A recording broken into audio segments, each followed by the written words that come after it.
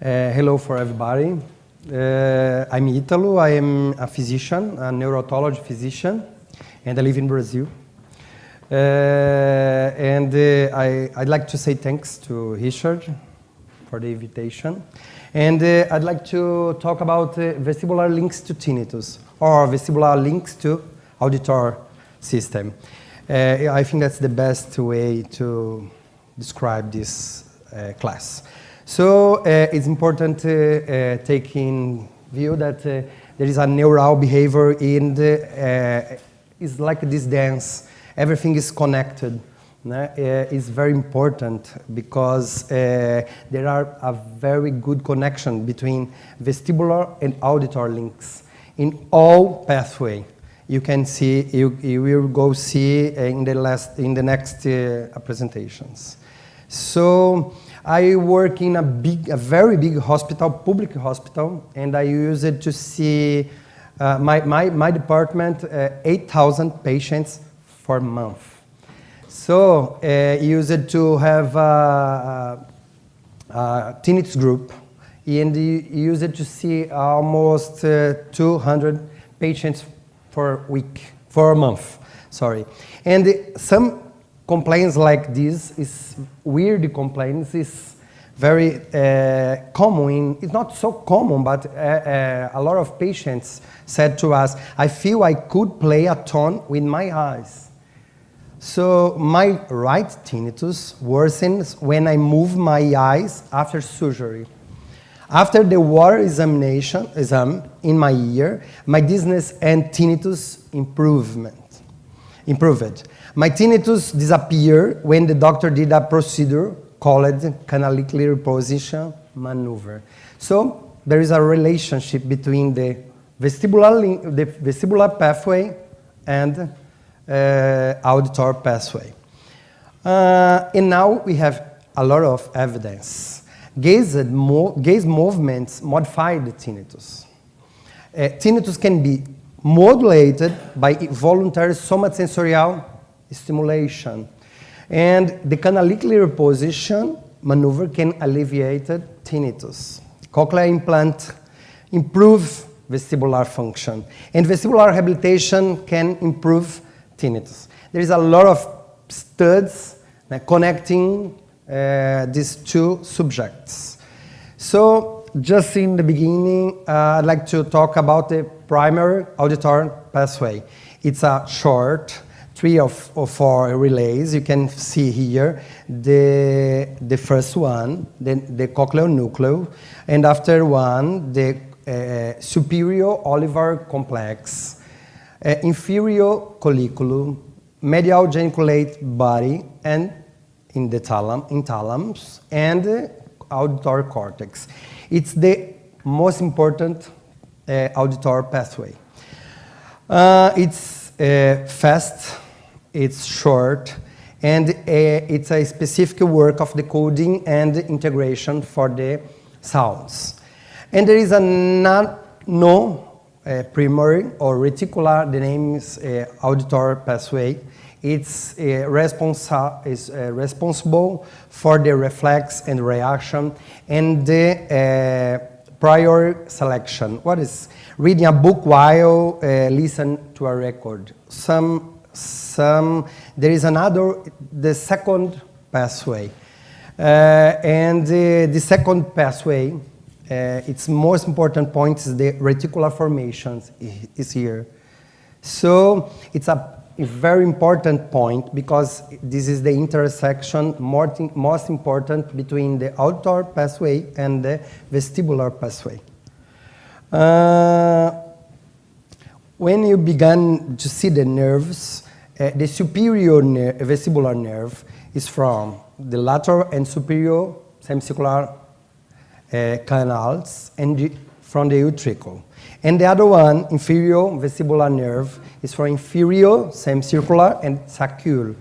So there is a lot of studies showing that there is a connection between the inferior vestibular nerve directly to cochlear nucleus, cochlear dorsal nucleus. And this is a very important point of the auditory pathway. It's a multisensorial integration center. So the beginning of the correlation is in the nerve, in the peripheral nerve. So you can see the relationship between the nerve, you can see here. It's a fiber between the cochlear inferior vestibular nerve. And here you can see this relationship, the cochlear and inferior vestibular nerve, and the facial nerve and superior vestibular nerve. There is a lot of connection, but there's not connection cochlear nerve and facial nerve. It's not described. So we have the most important pathway and the secondary or reticular pathway. And the second is very important because is there the relationship, the most important relationship between vestibular and auditory pathway. But this second is very important to the reflexes and the behavioral response for the tinnitus. So here we are going to see that you can find a lot of connections in the nucleus, in cochlear nucleus. We have connection with the inferior vestibular, as I have said. We have a relationship in inferior colliculum with the visual, somatosensory, and spinal branch. And we have a relationship between in the medial geniculate body with visual and vestibular nerves. So there is connection in all parts of the pathway. I think this is most important in the class. Another one is there is connection between the vestibular and auditory pathway in cerebellum. It's a very important point, but we don't know how the cerebellum contribute for this relationship until now.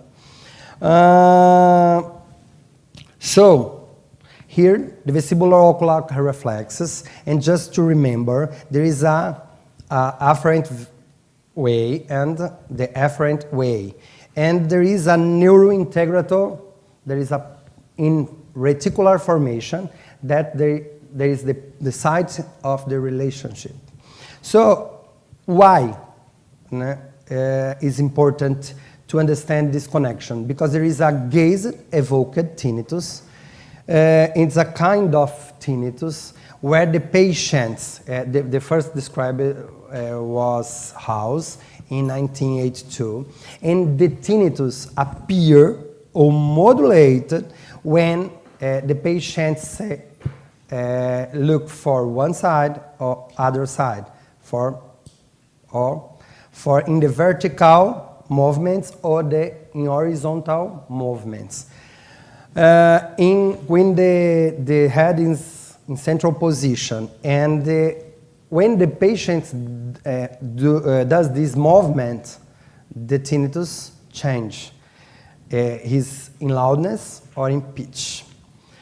There is maybe a wrong neuroplasticity. If it happens, because it's very common when the patient does some surgeries in vestibular nerve like a schwannoma or a lot of other procedures in the nerve, neuroanatomy or something similar.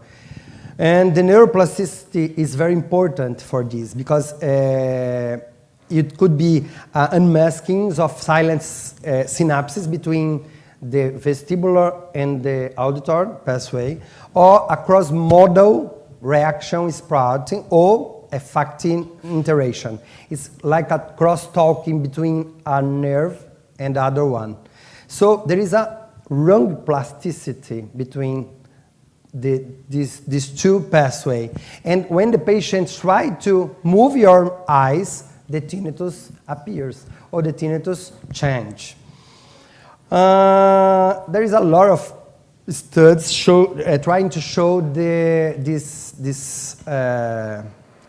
cross model between these two pathways. And what's most important of this? There is a normal interaction between ocular movements and auditory central pathway. There is an inhibition, failure of lateral eye movements in auditory activity, and abnormal cortical activity with activation of vestibular center and somatics. So it's proved about this cross-modal relationship between the two pathways. And what's most common after the manipulation of posterior fossa? It's the special condition that happens, this kind of tinnitus. But we have in the tinnitus group patients that does not do any procedure, and there is this kind of tinnitus.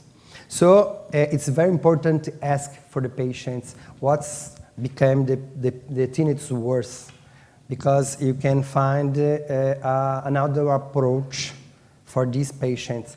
As we talked yesterday about the somatosensorial tinnitus, and Claudia is going to talk about after me. It's another kind of possible treatment for our patients, because there is papers where you can do exercise for the ear movements and improve or cure the tinnitus. So I have 3 or 4 patients that I personally do exercise when you, like adaptation, reflex exercise in vestibular rehabilitation, and just said 10 times twice for 3 weeks, and when the patients come back, the tinnitus, it's improved. Or other one, it's cured. So it's very important to know these links between these two pathways. And about cochlear implants, it's very known about the improve of the tinnitus with the cochlear implants. There is a large, a wild variation of response with the cochlear implant. But one thing important is when you put the implant, you can improve the vestibular symptoms too. So the next way of, the other way of the disconnection. Here there is a study from my center. I think that's 30 patients. And you can see after 60 days, 2 months, and 1 year. And you can see the symptoms, the vestibular symptoms, not change, and improvement with the years. So after it, you just improve with posterography, and these patients improve with the cochlear implants. So the most important things of this case is the cochlear implants through the auditory pathway could improve the vestibular system too. So another relationship between the two systems. And the vestibular rehabilitation is very funny because there is an anecdotal case, but we have some case in Brazil that when you do the canalically reposition, the tinnitus improve or suppress. We don't know how it's happened. Maybe alterations in the dynamics in inner ear fluids, or maybe alteration in autonomic activities. But it's happened. So it's very interesting that when you do some reposition or when you do vestibular rehabilitation, the patients improve the tinnitus too. So there is a study in Brazil. The improvement of tinnitus with habituation and VR adaptation using Coulter and Cookson, and a cure of gaze-evoked tinnitus by a repetition of gaze movement as you said before. So this is just my point. Try to show a new relationship, not a new, but a possible treatment in some kinds of patients. There is a correlation between these two pathways. So thank you. And if